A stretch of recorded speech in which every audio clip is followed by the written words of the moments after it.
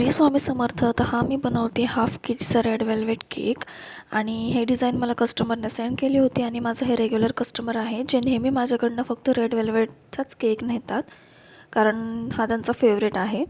So त्यांनी जशी designs मला सेंड केली होती मी सेम टू सेम तसाच बनवून दिला त्यांना. तर फ्रोस्टिंग करून झाल्यानंतर क्लिनिंग वगैरे करून घेतली. नंतर मग सेंटरला मला एक हार्ट काढायचा होता. सो मी टूथपिकने हार्ट काढून घेतला आणि त्याला मला ह्या सिल्वर स्प्रिंकलरनी त्या हार्टला बॉर्डर द्यायची होती.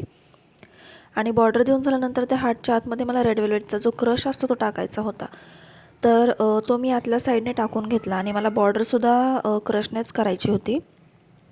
सो आतमध्ये फिल करून झाल्यानंतर मी बॉर्डर करायला घेतली, कारण मेन म्हणजे बॉर्डरला पुरलं पाहिजे होतं क्रश. सो मी थोडंसं आतमध्ये स्पेस ठेवली हार्टमध्ये आणि बॉर्डरला रेडी करायला घेतलं.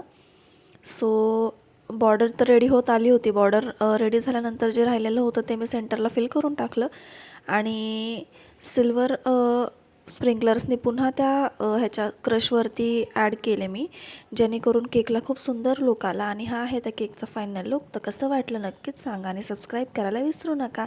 So thank you. बाय.